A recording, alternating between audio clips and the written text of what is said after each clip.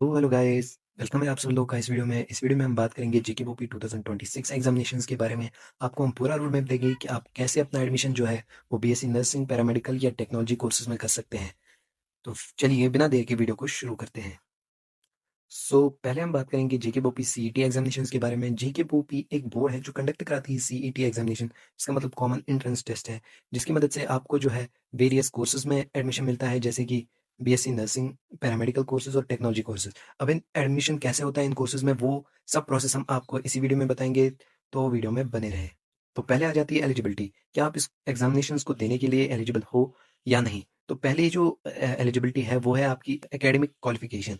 आपने जो है अपना 12th ग्रेड पास किया होना चाहिए, या आप मार्च 2026 में अपेयरिंग होने चाहिए अपने बोर्ड एग्जाम्स में। और दूसरा आता है आपके 12th जो है पास होना चाहिए फिजिक्स, केमिस्ट्री, बायोलॉजी में। और तीसरी इंपॉर्टेंट चीज जो आपकी डोमिसाइल होनी चाहिए वो या तो जेएंडके की होनी चाहिए या लद्दाख की होनी चाहिए।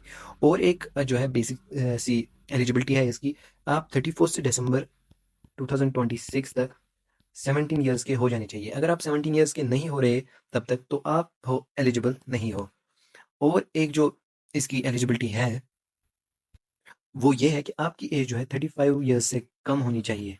मतलब 31 दिसंबर तक आप 35 ईयर्स से कम होने चाहिए, 31 दिसंबर 2026 तक। अब इसके बाद बात करेंगे एग्जाम पैटर्न्स और डिफिकल्टी, एग्जाम किस लेवल का होता है। आपके जो टोटल मार्क्स होते हैं वो 150 में से होते हैं, और जो आपका सिलेबस होता है वो सेम एज नीट का होता है। मैं आपको थोड़ा सा ब्रीफ ओवरव्यू दे देता हूँ सिलेबस का, कि आपका जो सिलेबस है वो कैसा रहता है।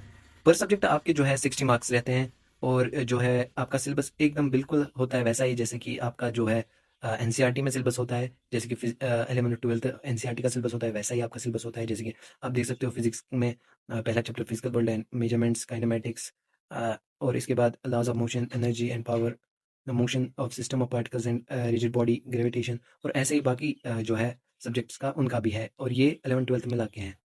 ऐसे ही मैं आपको लिंक दे दूंगा डिस्क्रिप्शन में, आप चाहे तो वहीं से चेक कर सकते हैं पूरा सिलेबस। अगर मैं सिलेबस कवर करा दूँ इस वीडियो में तो वीडियो बहुत लॉन्ग हो जाएगा, तो आप मैं अप्रिशिएट करूंगा अगर आप डिस्क्रिप्शन से चेक कर लें। एग्जामिनेशन की जो डिफिकल्टी होती है वो नीट से थोड़ी सी कम होती है, लेकिन फिर भी आपकी स्पीड और एक्यूरेसी इसको क्रैक करने के लिए बहुत ही अच्छी होनी चाहिए। अब हम बात करेंगे सेफ स्कोर के बारे में। क्या स्कोर ऐसा होगा कि अगर आपने वो स्कोर उतना अटेम्प्ट कर लिया तो आप जो है सेफ होंगे, और आपका जो है गवर्नमेंट कॉलेज में एडमिशन हो जाएगा। पिछले ईयर्स के ट्रेंड के हिसाब से आपका जो 120 प्लस स्कोर है वो सेफ माना जाता है। चल मैं आपको जो सजेस्ट करूंगा, ऑन इन सीरियस नोट, आप 130 प्लस जो है टारगेट रखिए, क्योंकि इस साल जो कंपटीशन है वो बढ़ने वाला है, क्योंकि बच्चों को बहुत ज़्यादा टाइम मिलेगा बोर्ड्स के बाद। लाइक अभी दिसंबर ही चल रहा है, और जो एग्ज़ाम होता है वो अप्रैल के एंडिंग में होता है, और तब तक अभी बहुत टाइम है। तो बहुत सारे बच्चे जो है अभी प्रिपेयर कर लेंगे वहाँ तक, तो ऑलमोस्ट 10 to 15 मार्क्स का जंप हमें मिलेगा कट ऑफ में। और अगर आपने 130 प्लस स्कोर कर लिया तो मोस्ट प्रॉब्ली आपका जो एडमिशन है वो गवर्नमेंट कॉलेज में हो जाएगा, आपको सीट मिल जाएगी। इसके बाद हम आपका जो कन्फ्यूजन है वो क्लियर करेंगे कि गवर्नमेंट कॉलेज ही क्यों लें हम, गवर्नमेंट कॉलेज मिलने से हमें क्या फ़ायदा मिलता है। तो पहली और सबसे जो है इम्पोर्टेंट बात यह है कि आपको फाइनेंशियली बेनिफिट मिलता है। जबकि आपको आपका जो है कोर्स सेम रहता है प्राइवेट और गवर्नमेंट कॉलेज में, लेकिन गवर्नमेंट कॉलेज में जो फीस होती है वो सिर्फ और सिर्फ 9,000 पर सेमेस्टर होती है। लेकिन जो प्राइवेट कॉलेज होती है वहाँ पर जो फीस होती है पर सेमेस्टर अप टू 50K हो जाती है, और वो साल का होता है 1 लाख। तो अगर आपको अपने पेरेंट्स का 1 लाख बचाना है तो आपको कोशिश करनी चाहिए कि आपको जो सीट है वो गवर्नमेंट कॉलेज में ही मिले। अब मैं आपके साथ जो शेयर करूँगा प्रिपरेशन स्ट्रेटजी, आपके लिए अभी बेस्ट क्या रहेगा। अगर आप नीट प्रिपरेशन में बहुत पीछे हो तो आपके लिए जो अभी सबसे बेस्ट है वो है एनसीईआरटी। आप जो है केमिस्ट्री और बायो के लिए पूरी एनसीईआरटी पढ़ डालो 11th और 12th की। अगर आपने ये दोनों बाय हार्ट पढ़ ली तो आपके जो है ऑलमोस्ट ऑलमोस्ट 120 में से 80 मार्क्स कहीं नहीं गए। और फिर बाकी मार्क्स जो आपके फिजिक्स के होते हैं वो आपको जो है फॉर्मूला बेस्ड क्वेश्चन से आ जाएंगे।